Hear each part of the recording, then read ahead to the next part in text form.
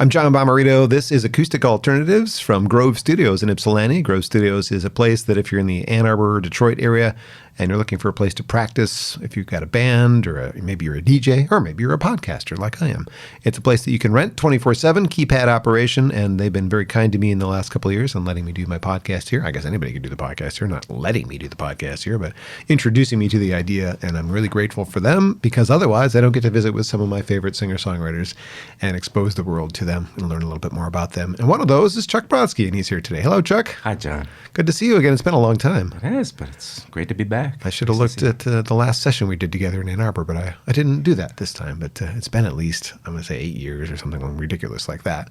But most of my CDs in your collection that I own are signed, so there's just a few that have come out since then, this one and this one and this one. And we're going to talk a bit about your latest record and your back story, too.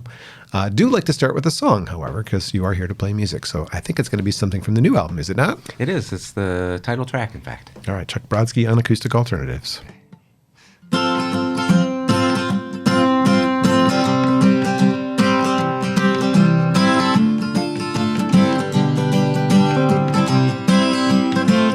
Just a simple song about a couple of wings, about gravity and its effect on things. With just one wing, you go flapping around, but should never be able to get off of the ground. Takes two wings, maybe a prayer, if you do take off, just to stay in the air. Whether you start from here or you start from there, takes two wings to go anywhere. Takes two wings, or it won't fly straight, it'll just stay stuck in a figure eight. Points of view we can debate, but it takes two wings or it won't fly straight. With two wings you can look down at the angry mob terrorizing the town, and you might see things like you never could. With two wings you might even see some good.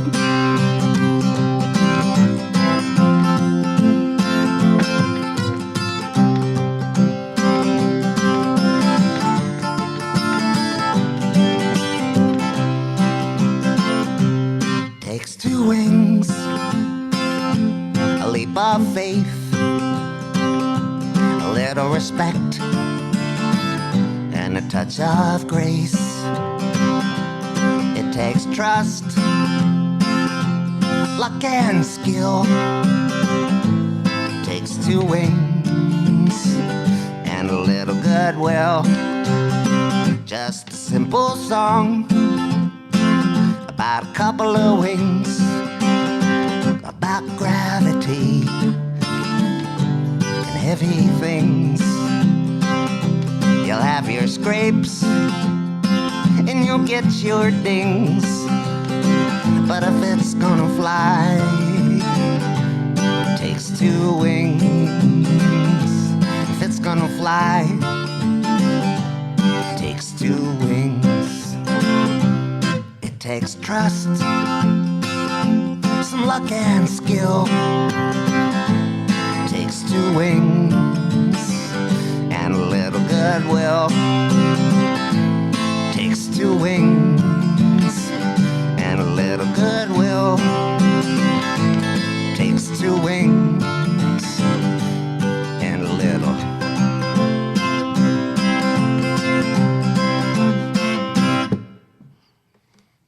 Chuck Brodsky on Acoustic Alternatives. It takes two wings. The album's called Gravity, Wings and Heavy Things. The title is mentioned in that song, and it's available on this album in two versions. Piano, originally your first instrument. Is that not true? It is true. I started playing piano when I was a toddler, And my parents saw this, my aunt, my grandparents saw this, and so I was encouraged and started playing, just, gravitating towards it and pushing keys and trying to establish little melodies. And so the family decided to enroll me in piano lessons when I was 5 years old, and I took them throughout most of my grade school years, although I don't think I really use any of what I learned there, honestly, but I did learn to play by ear as a little kid, and my very first gigs in my life, probably the first 10 of them, when I went to university, were all exclusively on piano, because I didn't start playing guitar until that time, until college. And when I got one, well, even before I got one, I understood I needed to get one. I understood that it would have been pretty impossible back in those days to be a traveling musician, piano-playing songwriter, because digital pianos hadn't been invented yet, and the condition of each piano, venue to venue, really would vary. Sometimes they'd be horribly out of tune. Sometimes keys wouldn't work. Yeah. And I just understood immediately, literally first day of university, that I needed to get a guitar and I needed to switch over to it, and it was going to be a very long-term proposition, years and years, put myself on a 10-year plan. And then as I traveled, moved around a bit too, it wasn't possible to own a piano. A couple of times I was able to rent one for short periods of time, but I went many, many years without being able to play one consistently, and I lost my confidence and some of my skills.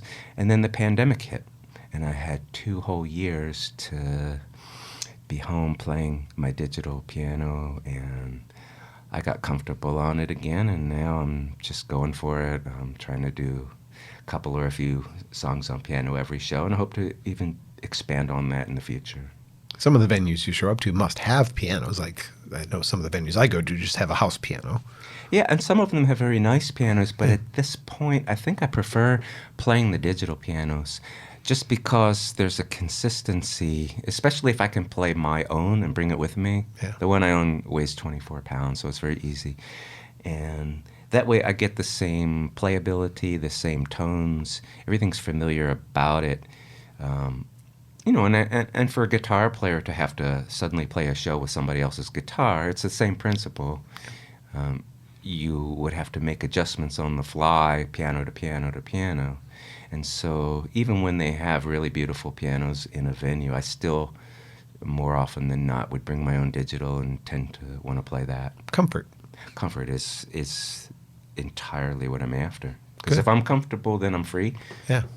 And it'll come out good. Yeah.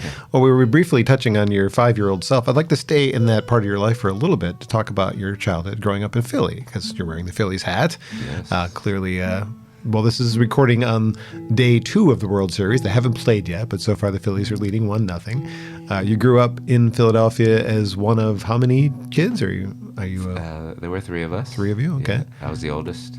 And did you have an influence on the others, or was it kind of the parents kind of led you to music?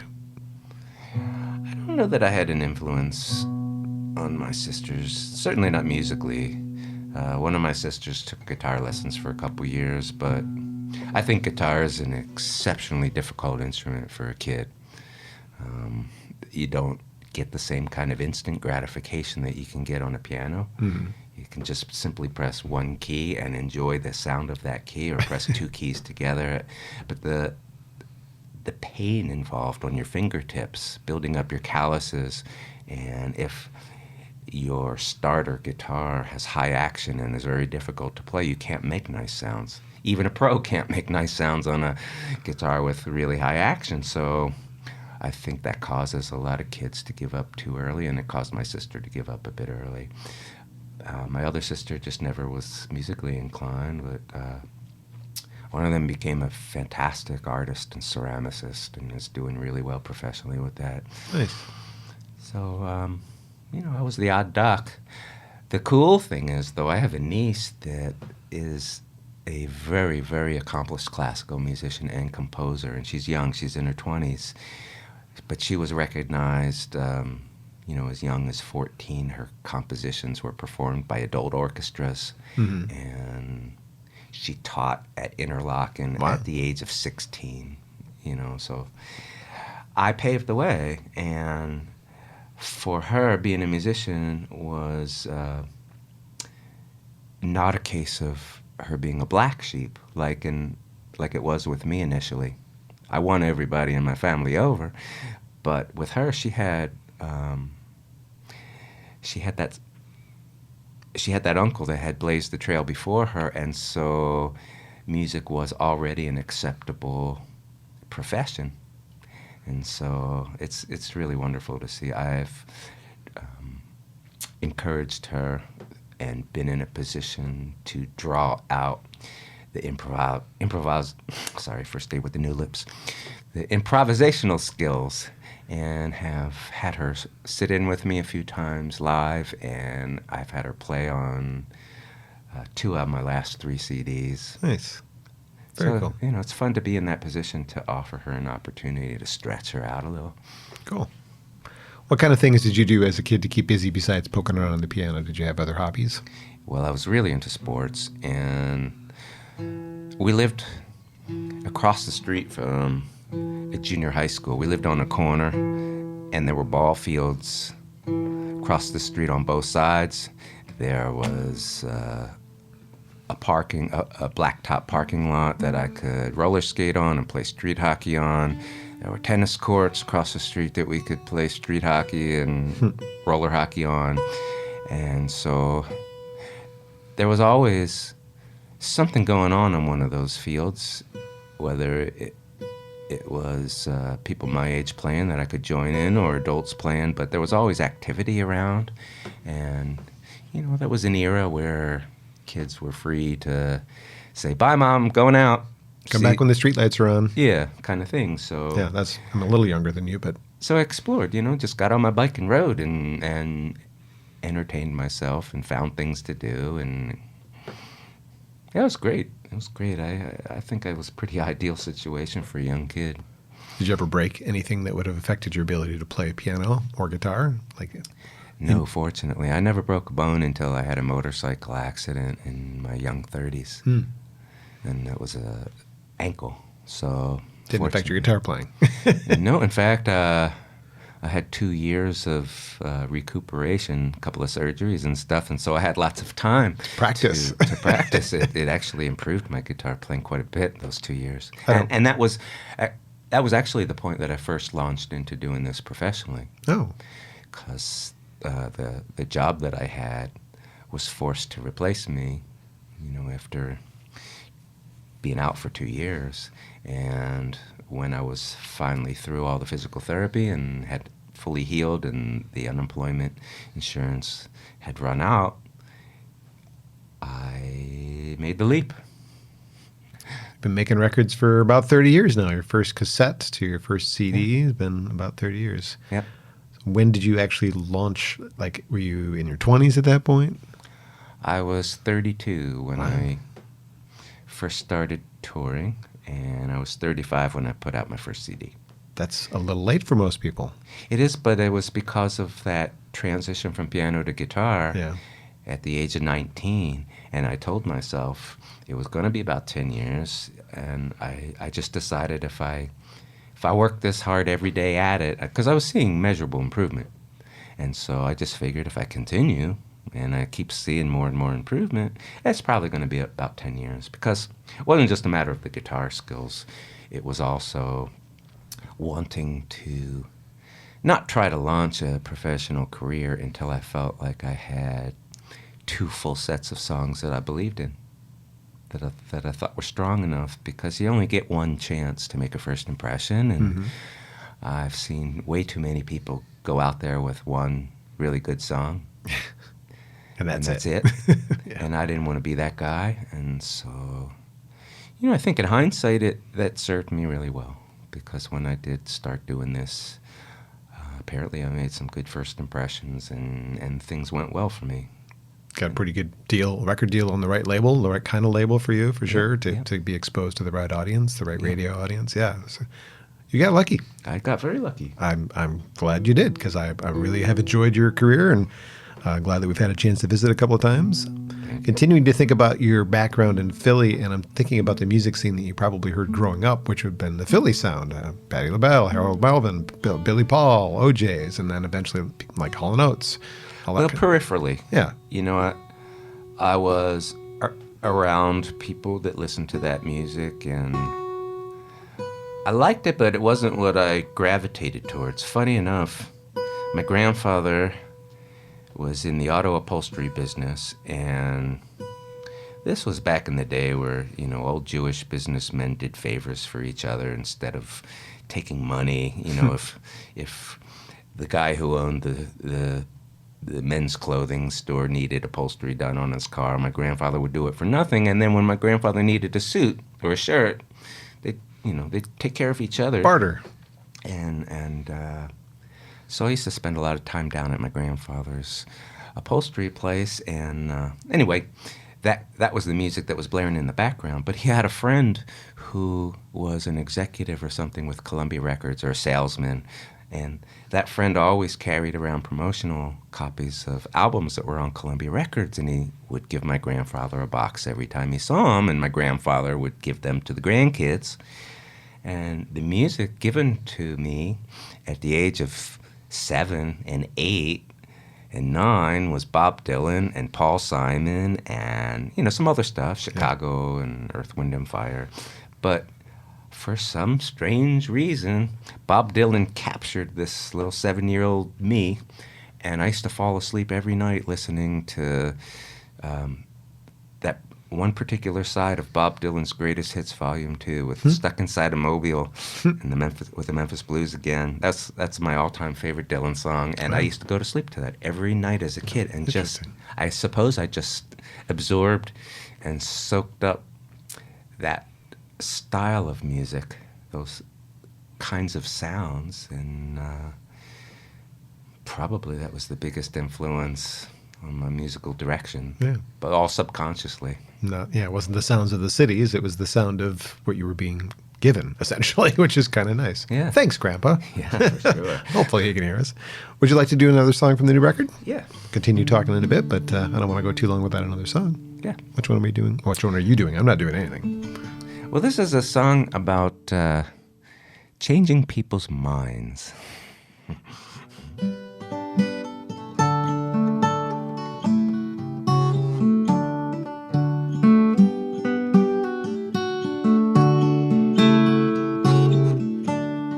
After 3 or 4 tries, I poked out his eyes. That's how I got him to see. To get him to hear, I screamed in his ear.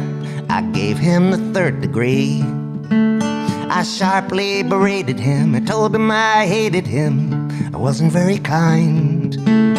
I shouted and cussed until I won his trust, and that's how I changed his mind. I shunned him, ignored him, I wouldn't look toward him. I only would give him my back. I accused him of lies I would not compromise. I erased him after the fact. I was abrupt, I would often interrupt. We were volatile when combined. And in stating my case, I blew up in his face. And that's how I changed his mind. That's how I changed his mind. That's how I changed his mind. I blamed him, shamed him, insulted and inflamed him. That's how I changed his mind.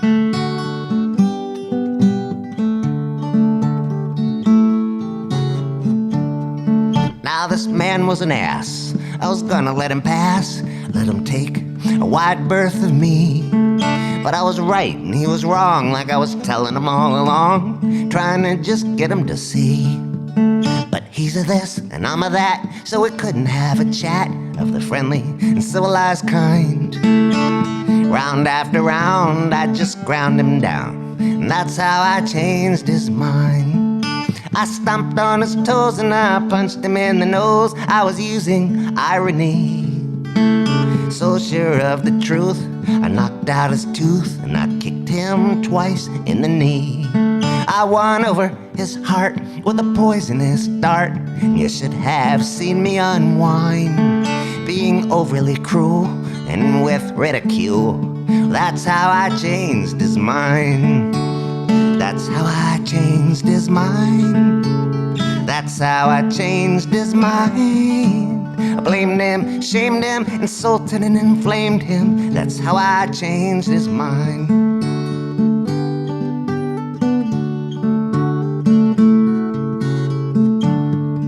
And so I called him a fool, challenged him to a duel, threw my white glove in his face. 20 paces and I shot, and I must have hit the spot. Anyway, that's how I pleaded my case. Well, I won in the end, after making him bend, and after all the papers were signed. In the end, I won, yeah, that's how it was done. Well, that's how I changed his mind. That's how I changed his mind. That's how I changed his mind. I blamed him, shamed him, insulted and inflamed him. That's how I changed his mind. Yes, I blamed him, shamed him, I might have even maimed him. That's how I changed his mind. That's how I changed his mind. That's how I changed his mind. That's how I changed his mind.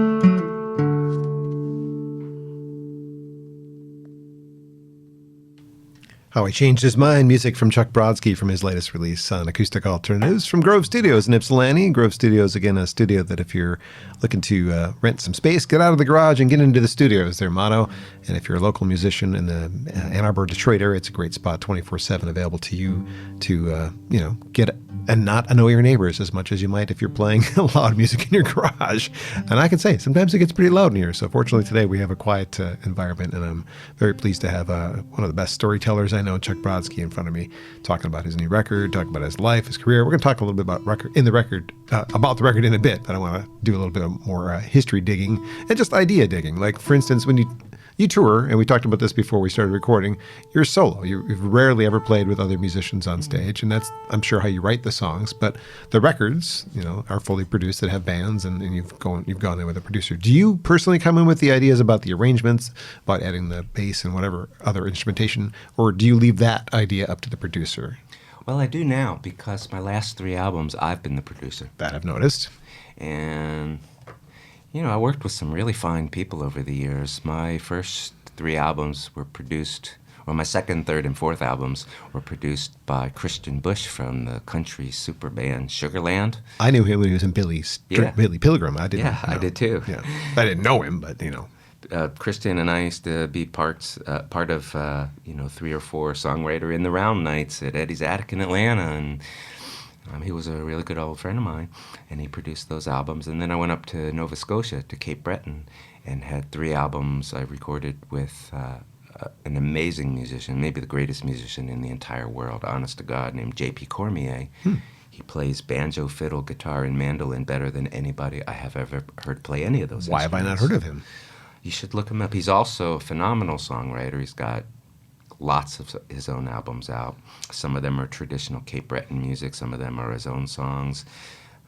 So he produced those. And, I learned a bit as I went. And then I felt like I was ready. I decided to stay at home and record in my own town with a friend of mine. The studio's not anything elaborate, but he himself has a great musical mind, and we get along so well. We have a lot of fun doing the record, and between the two of us, our own ideas are, and we're always on the same page about stuff, and it's just a lot of fun. I felt like I had learned enough over the years to finally be able to realize my own visions for these songs, because I would just go into the studio before and sing all my songs live and get the 10 or 11 of them down, and then turn the whole thing over to, I'd still be around, I'd be listening to the parts that my producers either were playing themselves or bringing in other musicians to play, but I didn't have the control. And I still think I ended up with some really great sounding records working with these people, but they still weren't the sound that I heard in my head for my own songs. And so since I've started producing my own albums, I've brought piano to the forefront a lot more, and organ. I grew up with a 60s, 70s kind of rock and roll sound, and the singer-songwriters of that era also, they had bands backing them, and so my musical sensibilities probably come out of that Jackson Browne, Bob Dylan era. But I've been influenced by so many other things, bands like Little Feat and, Cajun music and blues and all sorts of rock and roll, and then folk music from Denmark and Irish traditional and Scottish traditional. All of that has affected my musical sensibilities to some degree.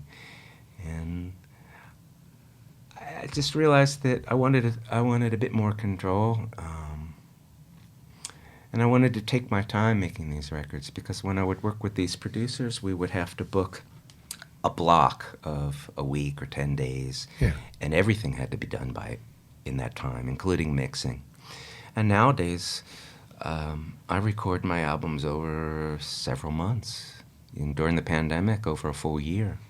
And the studio's a 10-minute drive from my house. At the end of the day, I sleep in my own bed. I might not have another session for a week, or maybe 3 weeks or a month, come back. And I really had time to live with the recordings up to, each point, and listen to them and like I said, live with them and have the time to think about them and decide whether I really liked what I was hearing or not. I never had that luxury in the past. It was all shotgun style. I had a flight coming up in 4 days, and this album has to be done. I have to leave with a finished product. Yeah. And that's not the case anymore. The album doesn't have to be done until I feel good about it. Nobody's pressuring you. It's No pressure. all on you.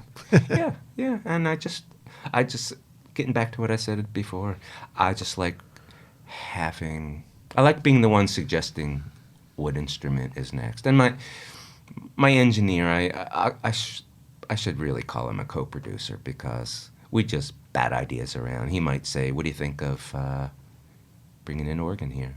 Or he might say, "What do you think about doing this?" And he's always right. I love his ideas. And any idea I have, he makes happen.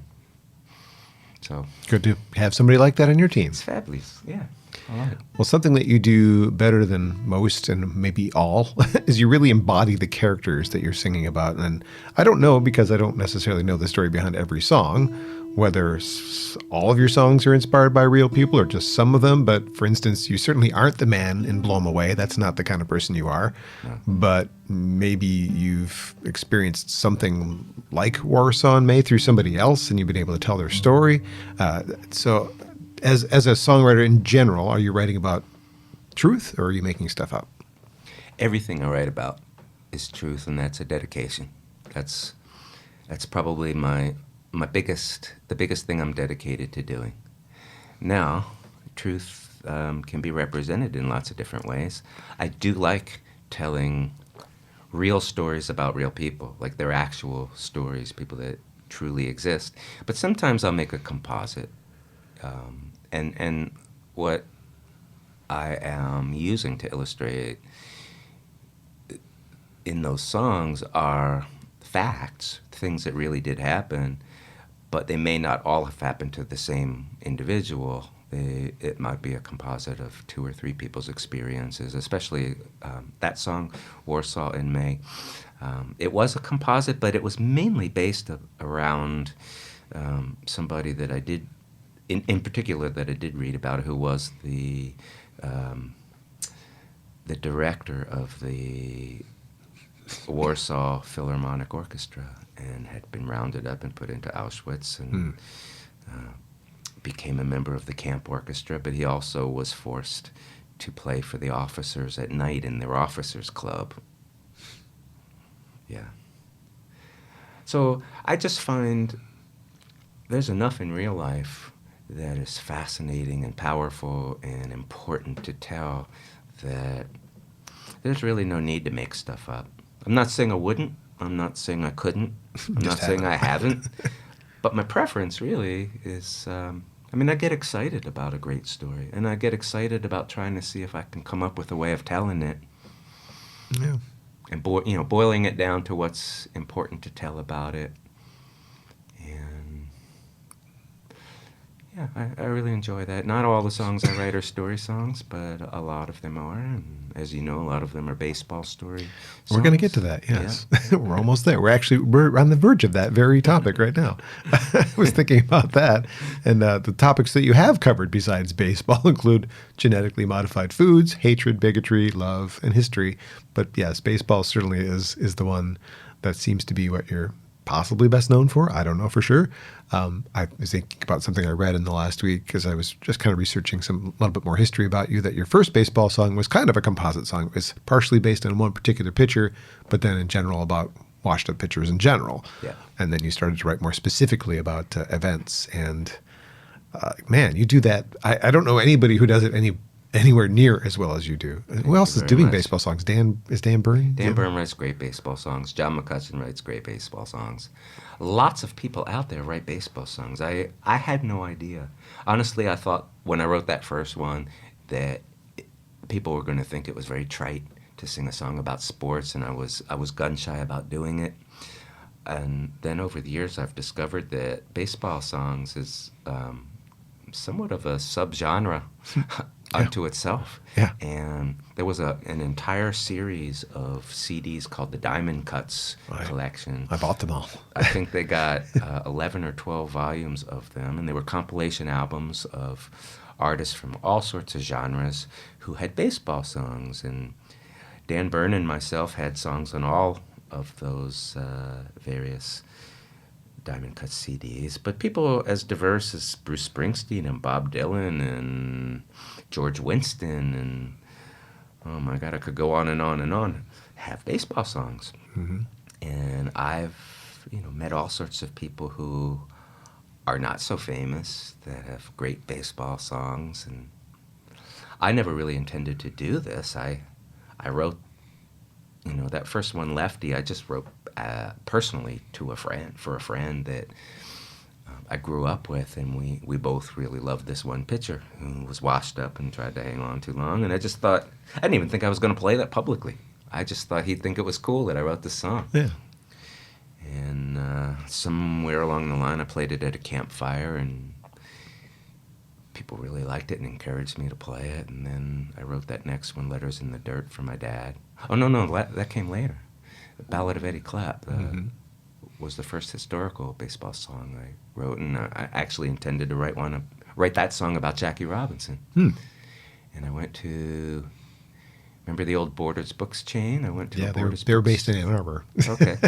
Well, they had a branch near my parents in Philadelphia.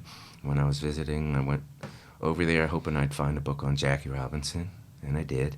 I started to thumb through it, and somehow I landed on a page with a one-sentence footnote about this guy, Eddie Clapp, who was the first white man to play in the Negro Leagues. And I realized, well, that's the story I want to tell. Because no one has really told that story. And that led to my first,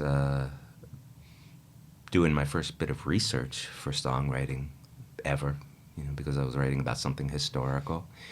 And I just got really turned on to this. I really enjoyed the whole process of researching and deciding what's important here and making some footnotes and then trying to weave that into verse and song. And, realizing I liked doing that, I kept at it. But it really wasn't until the third or fourth baseball song that I even had the slightest inkling that I might continue writing them and try to go for having an entire album of them. And now I have two. Yeah. And a third one is hopefully soon on the way. And Yay. why not? That was just my thinking about it all along. Why not? Maybe nobody's ever done this before, and how cool would it be to be the first guy to ever put out 3 albums of all baseball songs? It's a great way to tell the stories because, you learn well from a song because you can hear it in your head, and it's a great way to learn history, period. For me, being a baseball fan as well, I didn't know some of these stories. I certainly wouldn't have known until I read that you spelled Klepp wrong. I didn't know the guy's story at all. But, Now I do. Now, because of you exposing me to stories like that, I mean, I may have heard at some point while I was collecting baseball cards as a kid, the song that is, well, we all have like a starting point for when you fall in love with an artist, or your first introduction to them is something.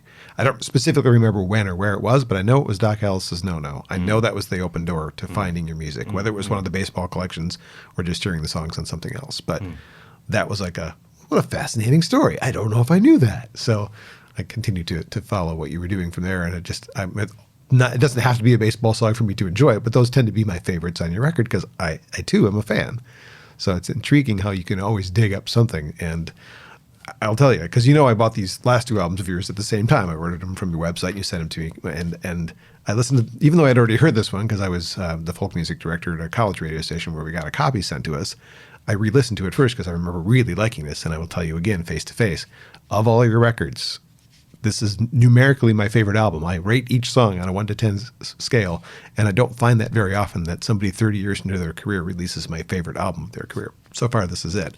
Thank you. But I'm thinking while I'm listening to this record, and I get to the 2 baseball songs on this record going, boy, he really should write something about the almost no-hitter that Armando Galarraga had. And then I get to this album, and there it is. And he decides not to use Armando as the key focus of the song because it's probably hard to rhyme Galarraga with something, but not so hard to rhyme Jim Joyce and tell his story. But again, you told a completely different side of the story that most people would not think about, and you just do that brilliantly. I don't know. There's not really a question here. It's just a wow moment for me. Like, how does he do that? He comes up with a great way to tell the stories. Well, it occurred to me just that Jim Joyce's emotions in that situation and what he did in the aftermath was really the story. I mean, sure, a guy being 1 out away from a perfect game and in hindsight, being cheated out of that perfect game. And I mean, knowing instant he replay was. shows that it should have been a perfect game, but it predated when instant replay was allowed to overturn calls. And we here in Detroit are familiar with that. yeah, so it's a very unfortunate thing for the pitcher. Yeah. But I thought it was even more unfortunate for the umpire.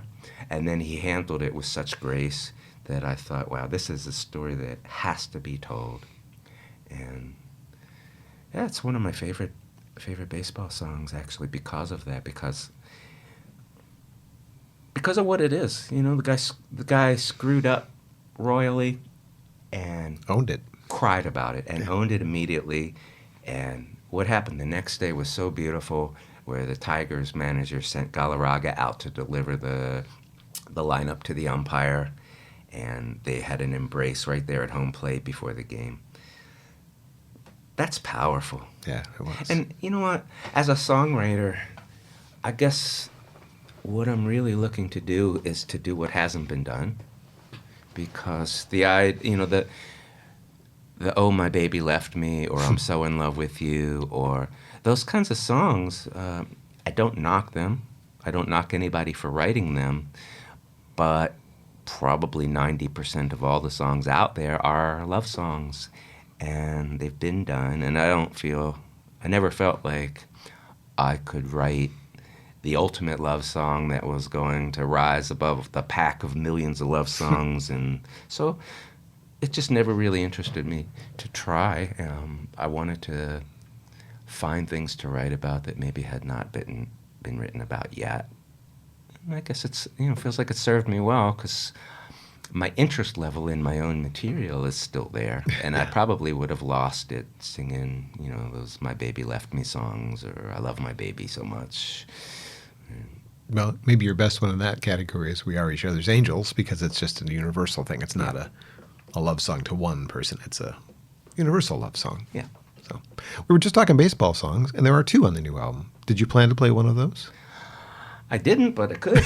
Sorry. It seems like a good time to squeeze another song in, and it fits with what we were just chatting about. I'll just need to retune a little, but I can give a little backdrop Great. to this song while I do it. It's about a career minor league baseball player whose name was Brian Mazzone. And Brian pitched, he changed teams over 20 times during his minor league career, his 10 or 11 year minor league career, maybe it was 12 years. Pitched all over the world, pitched in Mexico, Venezuela, all over the U.S., pitched in Canada, pitched in Korea. And at the age of 31, he was in the Philadelphia Phillies farm system with their AAA club. One of the major league pitchers had a sore arm and had to miss a scheduled start, and so they called Brian Mazzone up to fill in for a spot start. And that is called getting a cup of coffee. A little taste of the major leagues. You're not going to stay, you're not there for good, but you get to taste the major leagues. So that's called a cup of coffee. And this is what happened that day.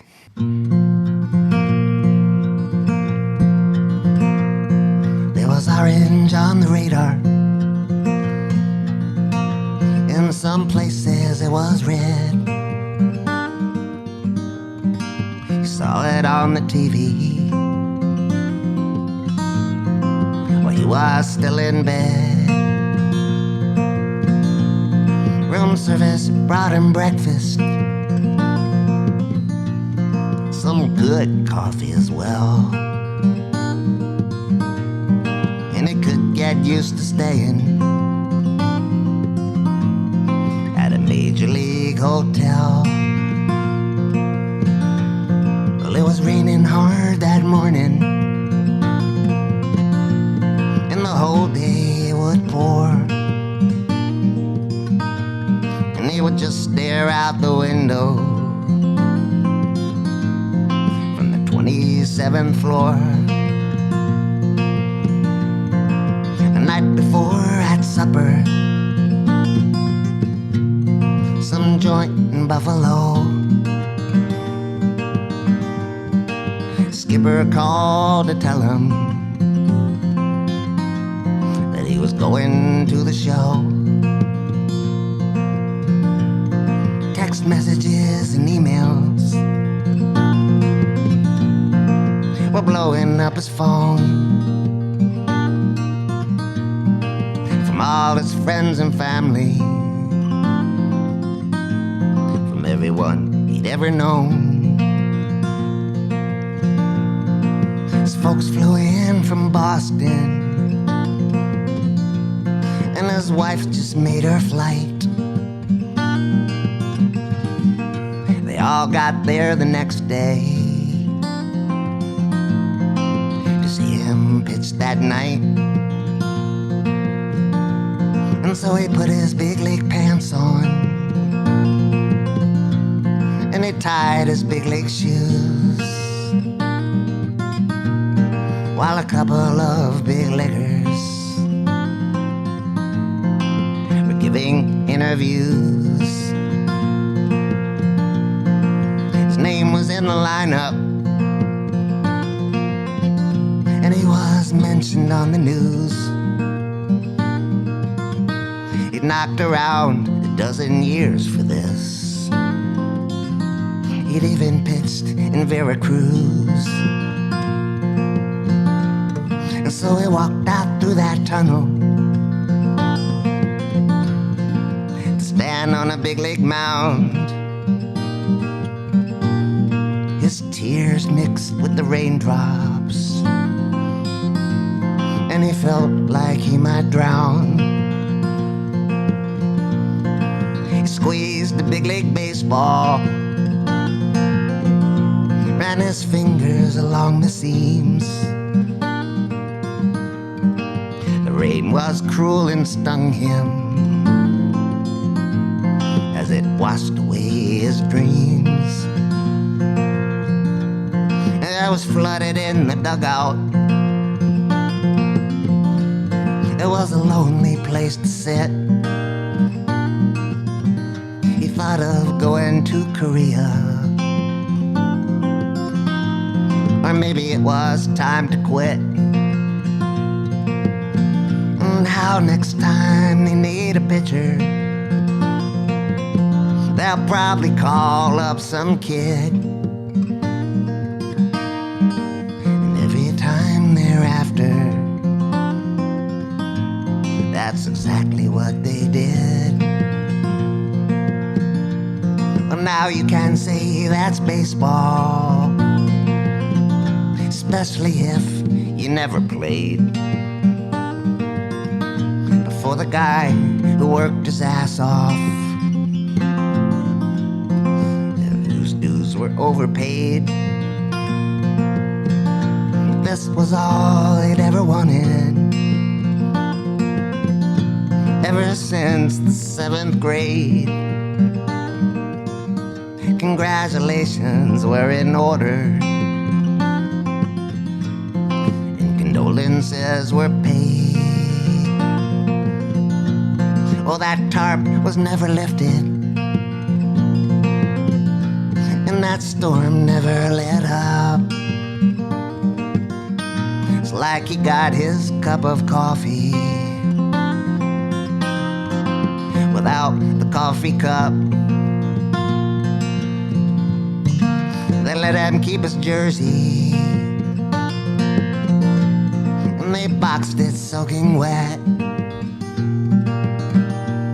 And that was as close to the majors as he would ever get. No, that tarp was never lifted, and that storm never let up. It's like he got his cup of coffee without the coffee cup.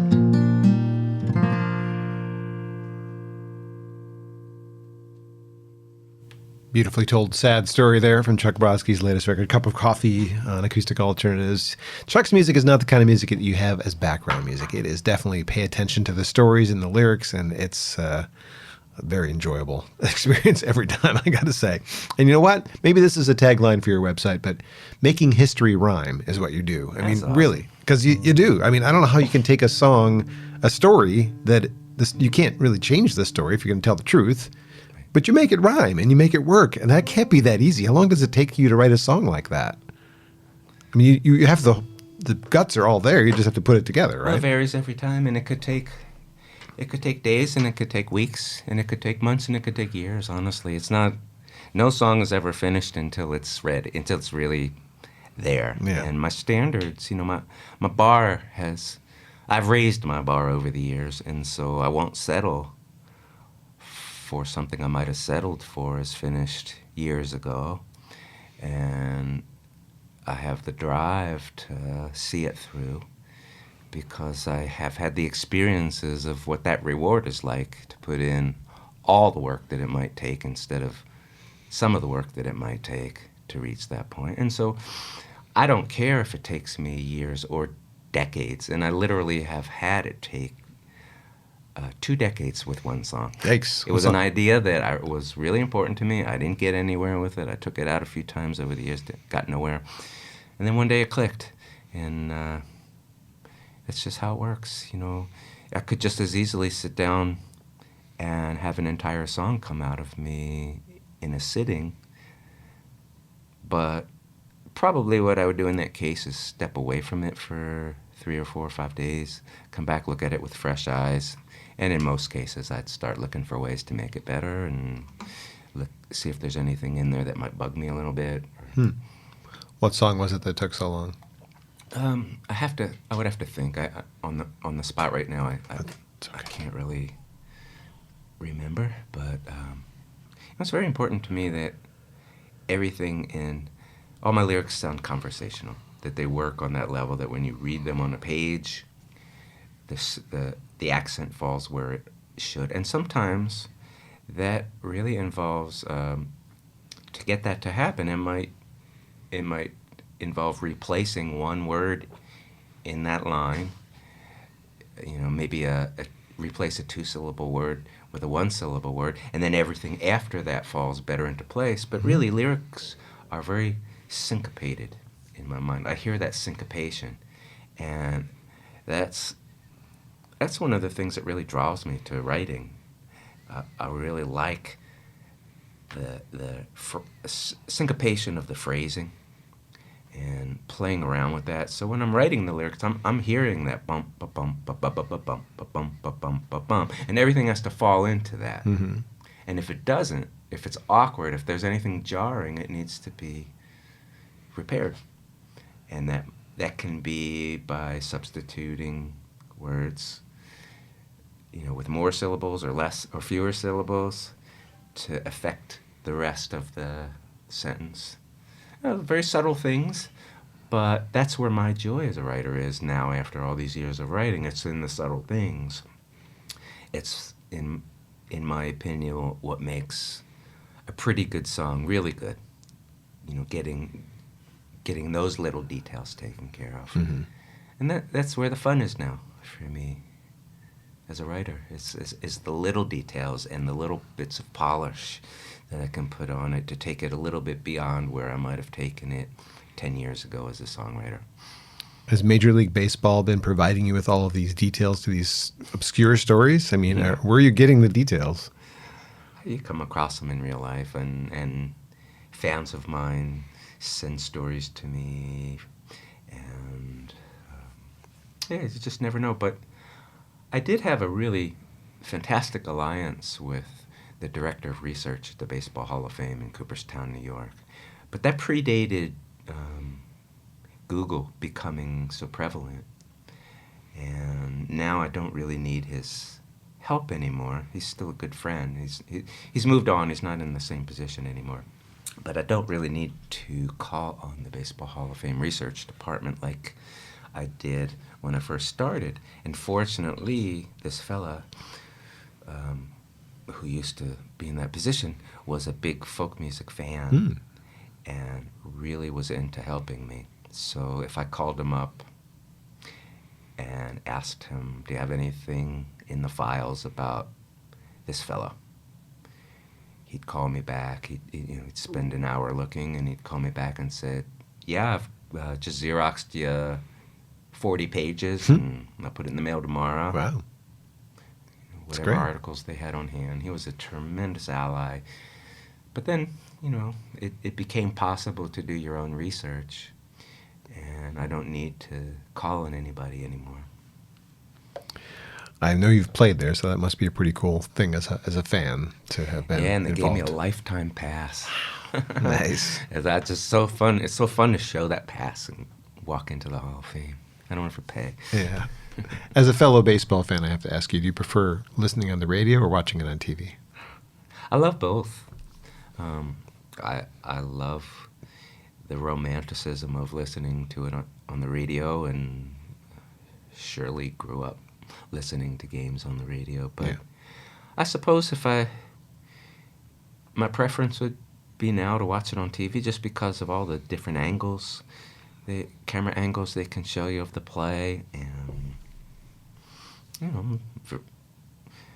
I like to see it. I like to see the visual side of it. I do like to see it, but I have to say our radio play-by-play current, not the color guy, because Jim Price is a little dull. Sorry, Jim. But Dan Dickerson just paints the picture for me so well. I don't really need the TV. Yeah. He does such a great job. As a kid, I used to tune into Ernie Harwell. Yeah, Ernie was great too. I could get, from Philadelphia, I could get the Detroit station, I could get Chicago, I could get St. Louis, I could get New York. So as a little kid, I used to, whatever game I could get would be what I'd fall asleep listening to, and certainly listen to Ernie. Yeah, he's a legend. What's the favorite baseball song that you didn't write that you've ever heard? Tough question. That's a really good question. I don't know that I'm prepared to answer that. Okay. I mean, I would like to have an answer for you, but there's too much to consider. You can always email me that. Okay. I mean, I think Dan Byrne has written some really great baseball songs. Actually, some of the best baseball songs I've ever heard were by people that aren't professional musicians. They don't do this for a living, and they show up at a folk festival and they sing this song around a campfire, and it's incredible. This is what's for real out there. I go to the Kerrville Folk Festival every year down in Texas and sit around campfires with people that show up with their songs. And they don't do this for a living, but they bring these incredible songs. And some of the best songs I've ever heard in my life were by people that are not professional. So I would imagine a baseball song or two from folks like that could very well be up there. Okay. Just curious. I'm not very much into commercial music or pop music, and so when there are people that write baseball songs in those genres, and they don't do much for me. I'm really looking for the quirky, folky storyteller. Yeah. I consider you a baseball historian because you're giving me history lessons, and maybe you don't consider yourself one, but perhaps one of your future projects when maybe you'll never run out of ideas, but to chronicle they don't do them as much anymore, but back in the day they used to have songs for the teams like "We're all behind our baseball team, go get 'em Tigers." It was one I remember hearing as a kid. Like there's got to be a ton of those kinds of songs out there. But I hate that stuff. Well, I know, but it'd still be nice to collect them. They're not the best songs in the world, but it might be nice to just have, as a historian of sorts, to collect them even if it's digital, just like put them all in one spot. I hereby pass that task on to you. Thanks. Actually, really, those kinds of songs. Too cheesy for you. Yeah, I can't stand them. I mean, they serve their purpose in the day, but if somebody were to write one of them now, they don't do them anymore. I would hate it. I would absolutely hate it. I would just say this is garbage. It's cheesy. You're not. But the fact that I still remember the melody of the one from the 70s from the Tigers, that says something, though. I mean, it's stuck in my head. You know what the beautiful thing is? It's totally subjective, and everybody's taste is valid. And I'm only expressing mine, but, who am I to say? I just have my taste and my preferences, and all those songs are fine if you like them. Well, you've been doing this a long time, and I know that when you do live shows, people in listening room environments tend to be chatty sometimes. Do people ever shout out songs you don't remember anymore of your own music? Does that happen? Occasionally, but I think people would more often than not approach me privately before the show to ask me, or during the break to ask me if I could play a particular song. I do get people calling out songs, and by then it's usually too late because I've got a set list designed, and I know what I want to play. I've kind of given it a lot of thought, and I don't want to leave out any of these songs, and if I add one, I have to cut one. Occasionally, there are times I get asked to play a song I can't remember, but the pandemic forced me to, because I was live streaming you dug deeper every week, and I just sort of made a personal commitment that I didn't want to play any song more frequently than once every 4 or 5 weeks, and that caused me to go back and relearn a lot of my older songs, so that was good for me. Something good came out of the pandemic then. A lot of good things came out of the pandemic for me. Yeah. Good. I don't think this probably happens to you much anymore, but because you tend to play listening rooms. But do you ever have to play where you're not the primary source of, like, are people talking in the background? And when that happens, is it hard to sing story songs when people are talking around you? Because it's terribly hard, and honestly, I just wouldn't do it. I would be careful not to put myself in that situation. And I've been very lucky since I started. I really stayed clear of the bar gigs because bar gigs wouldn't be right for me, and I would be lost in that situation, and I would have lost my heart. It would have broken me. So I knew I needed to play listening rooms, and sure, it's a different situation because when you play bar gigs, you can get a regular gig every week or a couple nights a week, and you'll have to play cover songs and stuff. But the audience will be there. The bar will be full every time.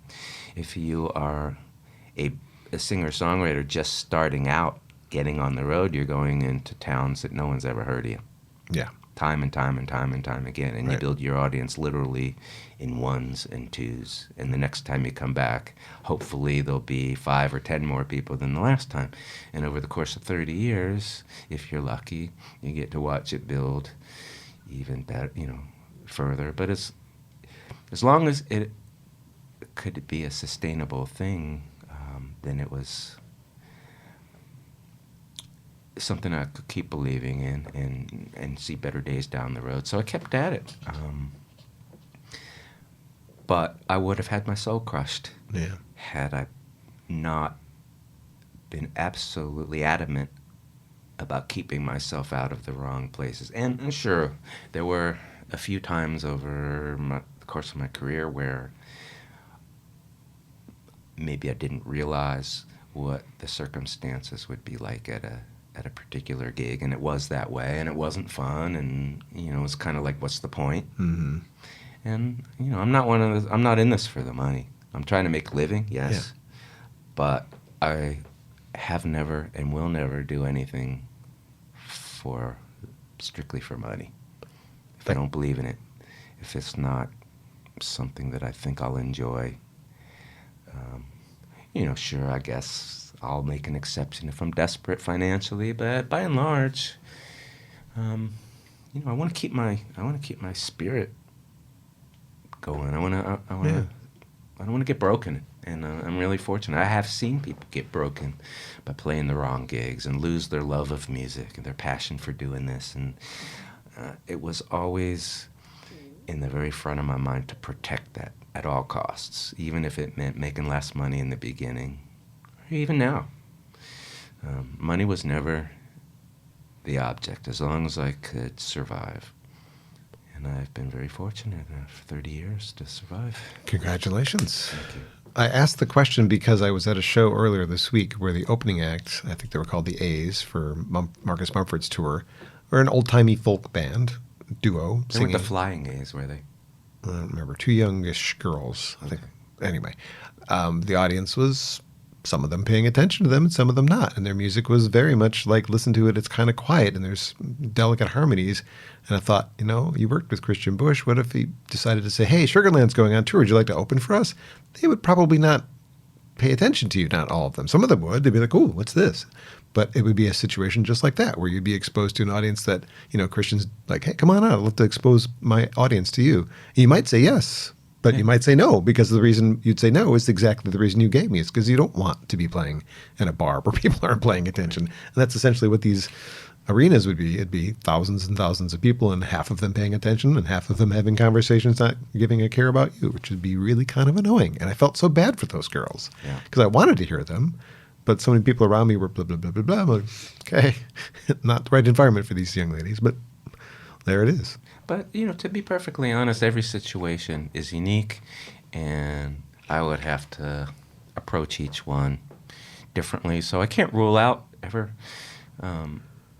playing in a situation where I would know ahead of time that not everybody's going to be listening to me. There could be something really positive in that experience that I might be able to see ahead of time.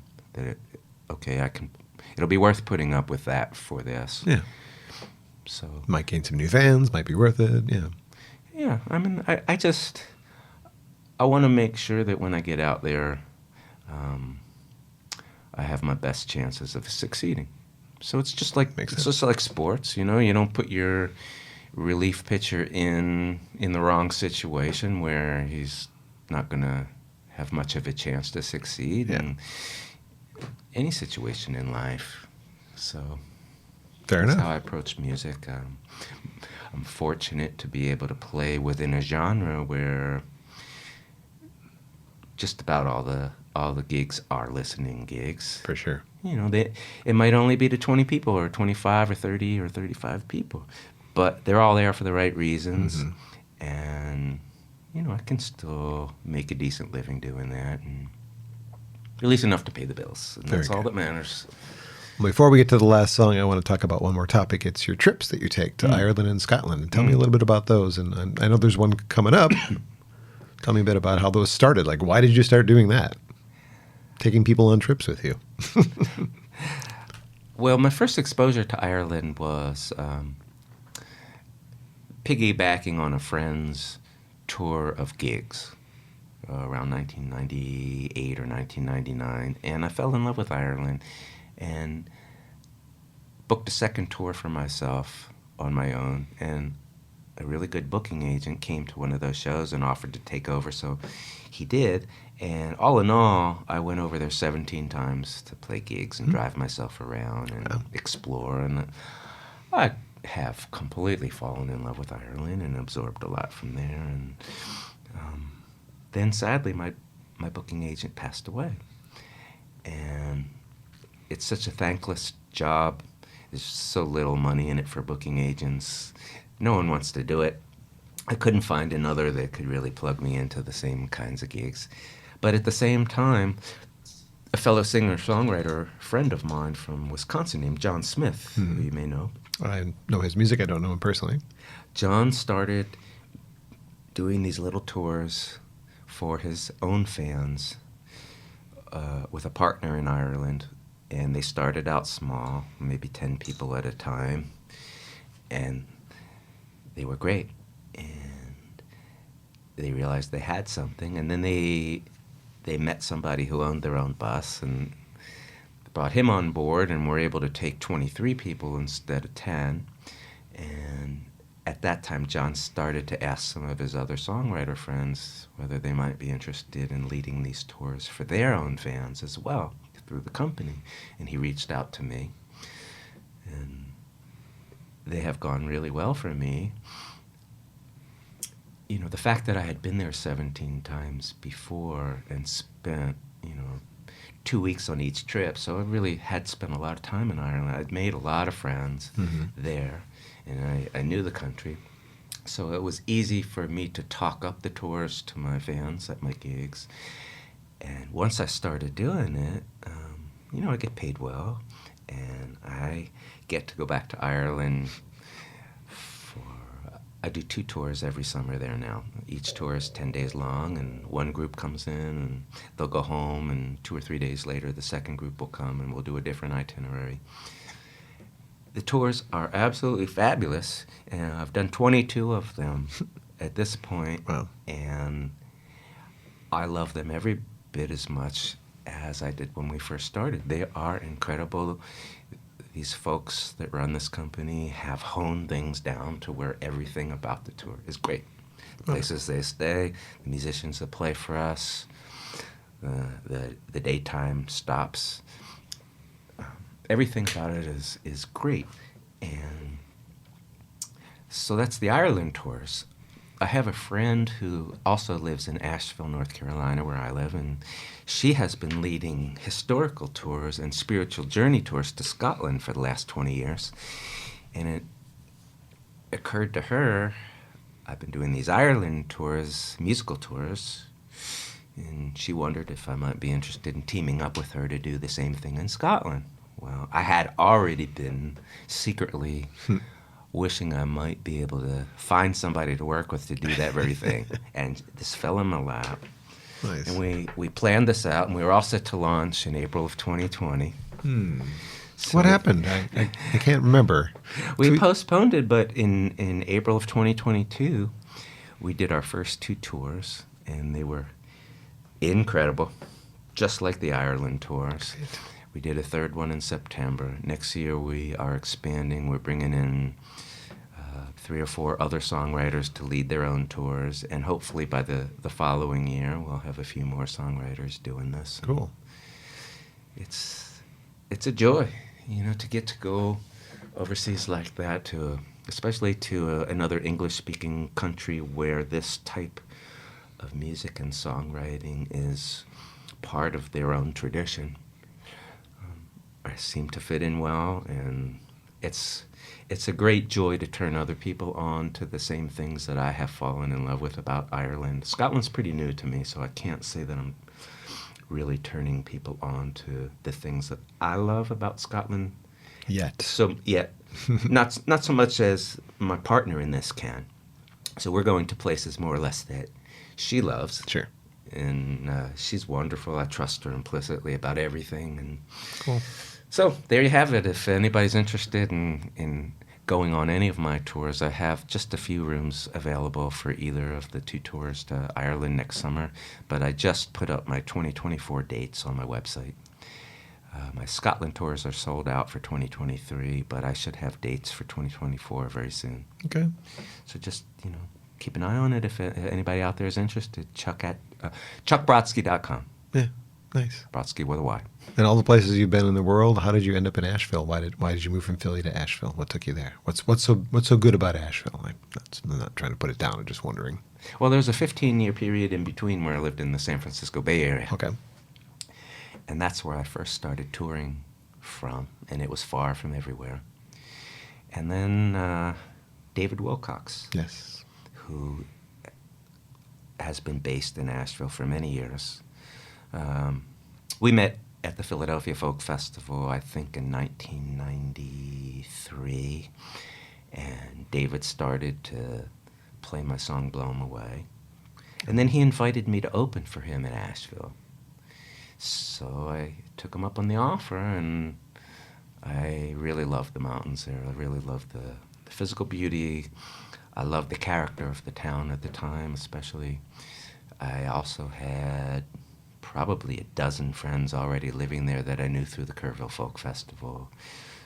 And the other factor was that Asheville is a day's drive from my parents in Philadelphia, as opposed to needing to catch a flight. And if, in an emergency, I could get there. So, and then one more factor was just geographically, I looked at where Asheville was, and as a hub to go out to different regions, I could be a lot of different places in one 10-hour drive. That's a brilliant move. Yeah, it really was, and I'm very happy there. Chuck Brodsky's been my guest today on Acoustic Alternatives. New album is called Gravity, Wings, and Heavy Things, and I think he's probably going to play a song from that, but I'm going to give him a choice to not, because we did talk about the Jim Joyce song, which is fantastic. So I'm going to let you pick. What song would you like to do? Something from here, or maybe that, because we did talk about it, and we might have intrigued people about it. We can also tell them to go find this record called Them and Us. Well, I'd like to play something from Them and Us, but I'd like to play the title song because I haven't sung the Jim Joyce song. Oh, okay. Perfect. Long enough that it might be risky to try it lyrically. Nope. I might forget the words. No problem.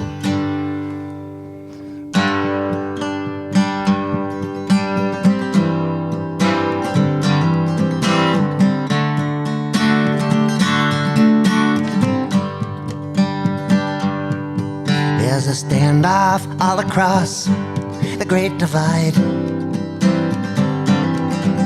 with friends and family members on both sides. Someone struck a match, it would combust, scorching everyone, both them and us.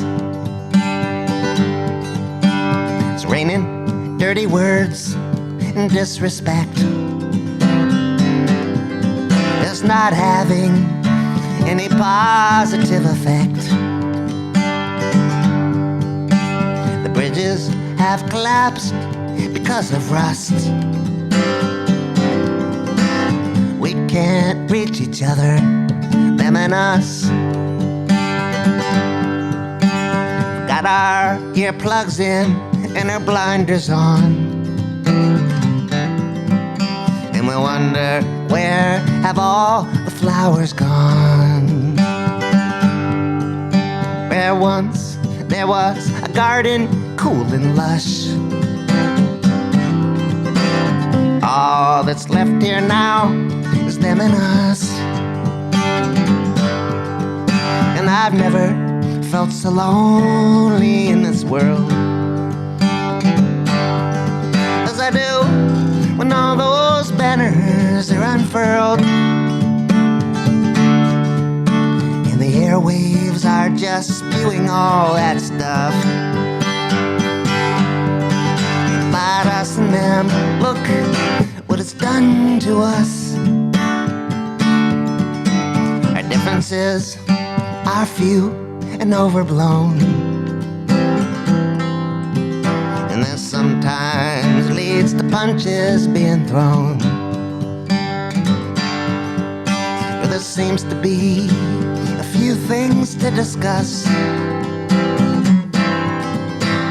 but you can't say a word to them or us. We write them off for the way they vote, and we write them off 'cause they came on a boat. We turn our backs with contempt and with disgust at every one of them who isn't us. We identify them by the clothes they wear. We identify them by their skin and hair. And we do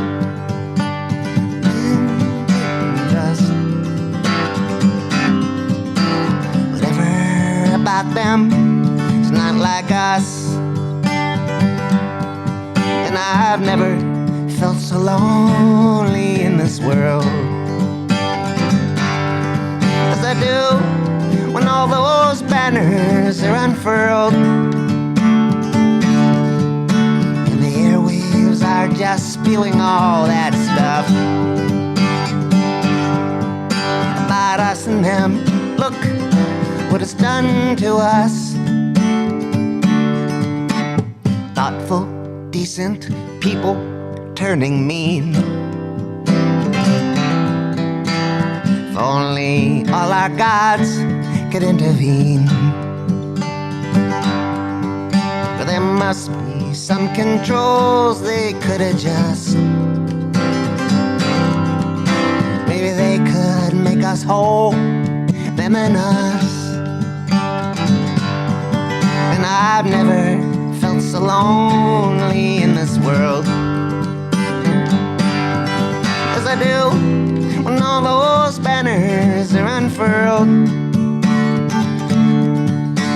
the airwaves are just spewing all that stuff about us and them. Look what it's done to us. There's a standoff all across the Great Divide, with friends and family members on both sides.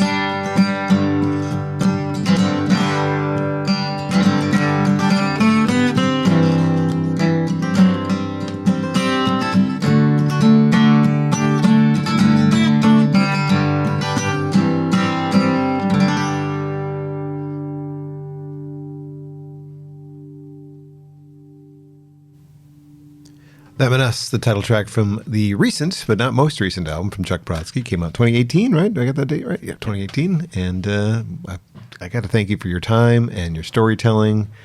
If people are just finding out about you from this podcast, which is always my goal, obviously I've already sung the praises of the new album, how it's my favorite. But if you want to start somewhere other than this, buy this one and then try 2 sets. It's a great introduction to his old music. It's a live set. It has a lot of funny stories.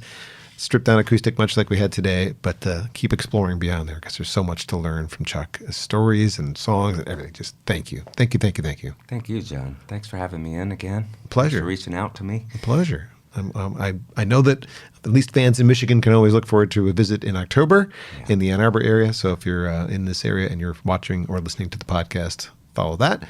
If you're a musician in the area and you need a place to practice and not to know your neighbors, remember Grove Studios. This is where I'm doing the podcast from. If you're a podcaster, it's another option for you. Check it out at Grove Studios. And then again, Chuck, what a pleasure to see you again. And I hope that we cross paths again soon. I do too. Take care. You too.